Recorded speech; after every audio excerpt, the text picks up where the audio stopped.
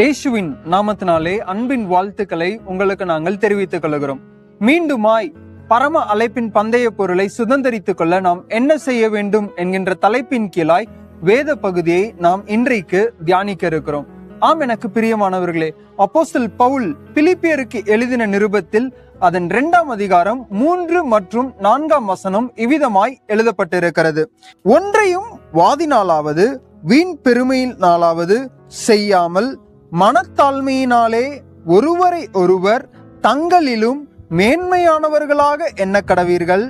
அவன் தனக்கானவைகளை அல்ல பிறர்க்கானவைகளை நோக்குவானாக. ஆம், இன்றைக்கும் தாழ்மை என்பது கிறிஸ்தவர்களாய் இருக்கிற நம்முடைய வாழ்க்கையிலே காணப்பட வேண்டிய முக்கியமான குணாதிசயங்களில் ஒன்றாயிருக்கிறது. இன்றைக்கு உலக பிரகாரமான யாரிடத்தில் போனாலும் தாழ்மைனா என்னன்னு கேட்போமையானால் அவர்கள் சொல்லக்கூடிய காரியம், நாம் வாங்குகிற வஸ்திரங்களாயிருக்கட்டும் பொருட்களாயிருக்கட்டும் அவைகளில் நம்மை நாம் தாழ்த்த வேண்டும்.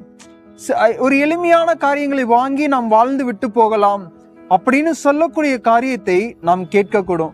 ஆனாலும் வேதாகமம் தாழ்மையை குறித்து வேறொரு கோணத்திலே நமக்கு காண்பித்து கொடுக்கிறது. அந்த 3ஆம் வசனத்தின் பின்பகுதி சொல்லுகிறது, ஒருவரை ஒருவர் தங்களிலும் மேன்மையானவர்களாக எண்ண கடவீர்கள். அவன் தனக்கானவைகளை அல்ல பிறருக்கானவைகளையும் நோக்குவானாக. இன்றைக்கும் இப்படிப்பட்ட ஒரு வாழ்க்கையை நாம் ஜீவிக்கிறோமா என்று சிந்தித்து பார்ப்போம். இதை வேதாகமத்தில் யார் வாழ்ந்து காண்பித்திருக்கிறார்கள் என்று பார்ப்போமே. ஆனால் இயேசுவை குறித்து பின்வருகிற வசனங்கள் இவ்விதமாய் சொல்லுகிறது, அவர் தேவனுடைய ரூபமாயிருந்தும் தேவனுக்கு சமமாய் இருப்பதை கொள்ளையாடின பொருளாக எண்ணாமல் தம்மை தாமே வெறுமையாக்கி அடிமையின் ரூபம் எடுத்து மனுஷர் சாயலானார். அவர் மனுஷ ரூபமாய் காணப்பட்டு மரண பரியந்தம், அதாவது சிலுவையின் மரண பரியந்தமும் கீழ்ப்படிந்தவராகி தம்மை தாமே தாழ்த்தினார். இன்றைக்கு இயேசு உங்களுக்கும் எனக்கும் ஒரு முன்மாதிரியான வாழ்க்கையை வாழ்ந்து விட்டு சென்றிருக்கிறார். அவர் தம்மை தாழ்த்தினார். இன்றைக்கு அவர் தம்மை தாழ்த்தினது போல நீங்களும் நானும் கிறிஸ்துவின் சாயலாய், கிறிஸ்துவின் குணாதிசயத்தை தரித்தவர்களாய் இந்த பூமியிலே ஜீவிக்க வாஞ்சிப்போமாக.